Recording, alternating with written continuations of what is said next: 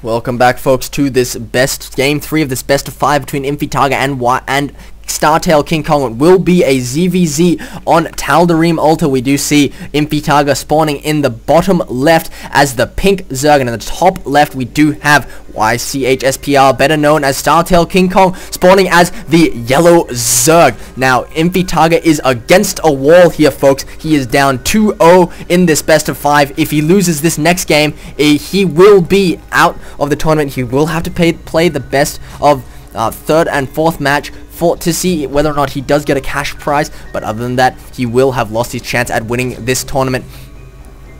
We did see in game 1 very similar openings from both players.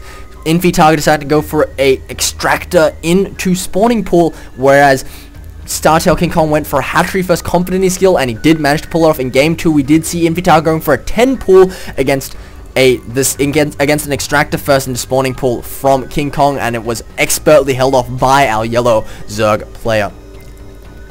Now, as this game is picking up, I would like to thank our sponsor, Cyberthor. Go check them out at www.cyberthor.com.au. They make computer parts, and they are handing out $150 to every single person who's winning money from us today. We do see an extractor going down now for inFiTargA. We'll likely see the same build as we saw in game 1.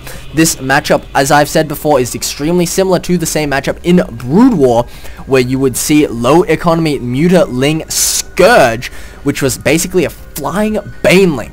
We do see now StarTale King Kong is building a hatchery first. This is playing out exactly like game 1 for both players. These Overlord Scouts are going to go across map to see what they can see. King Kong will find his opponent first. I'll be interested to see if these Overlords do in fact see each other.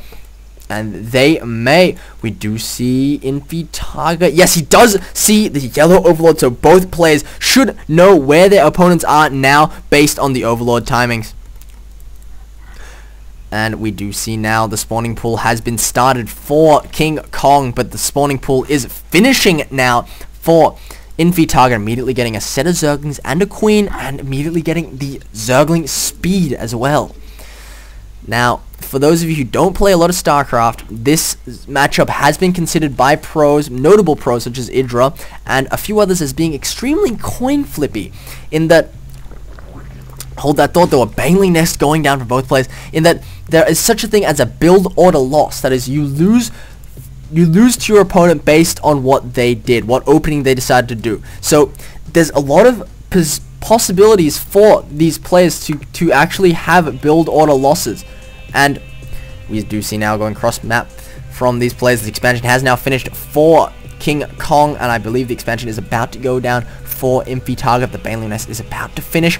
We do see now these Zerglings are getting to work on this cocoon, and if you didn't know, if you right click a cocoon, your units will automatically attack what comes out of them. But we do see now 2 Zerglings coming down for King Kong, and another 8 on the way. Metabolic boost is almost finished now though for our pink Zerg, so he will be able to fight this off. But again, there is not that many harvesters in play. King Kong has an extra 2. There will likely be very few extra drones being produced for the rest of the game. These Banelings do go down, and one of them will be taken out, and the other one does finish, and this is going to be very bad for our yellow Zerg player. But these 2 queens are going to be able to poke away at these Banelings as much as they please. They are doing so now, and these Zerglings are going to try and run up and see what they can see. But there, what is happening there? One big Zerg. Oh, that Baneling did not manage to hit, and he takes out a Queen, but no, excellent micro from our yellow Zerg player. These Banelings desperately chasing up into the yellow player's main, but he loses one Baneling to the Spine Crawler, and these will not do enough damage. They will severely weaken all these drones, and now we do see the pink Zerg player is picking off a lot of drones in the income tab. We do see 14 to 18, another 10 Zerglings on the way though for our excuse me, yellow Zerg, but we do see 2 Banelings on the way for our Pink Zerg. This may come down to exactly how much micro these two players can pull off these if these banelings get massive hits down on these yellow Zerglings. This will spell the end of the game, and they're coming close, but no, not quite. These Zerglings sidestepping and attacking into inFiTargA's main. inFiTargA deciding to go straight for it. These Zerglings, 2 banelings are being morphed. In the production tab, we do see 2 Zerglings on the way, another 2 Zerglings on the way for our pink Zerg, but we do see now he's being driven out of the base. A lot of Zerglings are here now, though, for our yellow Zerg player. These Zerglings are going to be forced to turn around, but these 2 banelings, if they manage to get any big hits off, could completely change. And no, not quite. Excellent micro from our yellow Zerg player, but it looks like there's just going to be too many Zerglings from our yellow Zerg for inFiTargA's attack to really happen. But in the unit counting station, we do see 22 Zerglings out for our yellow Zerg player and only 17 for our pink Zerg player. But what will be interesting is to see if any of these big baneling hits will be able to go off. We did see that they did indeed turn the tide in the last game, and not quite, but there we go. Now they're getting very close here, ladies and gentlemen. And will they be able to know the superior speed of the Zerglings, and a couple slipping past into inFiTargA's main, whilst this mass does wait here, and inFiTargA is deciding to go for a counterattack right here, right now. Zerglings exploding on those banelings. Sorry, banelings exploding on those Zerglings. Excuse me, what am I saying? But we do see these Zerglings are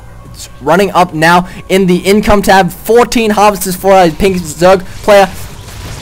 13 now, but these Zerglings are going to completely turn the tide of this game if they manage to do enough damage. A bit of a mineral walk by inFiTargA.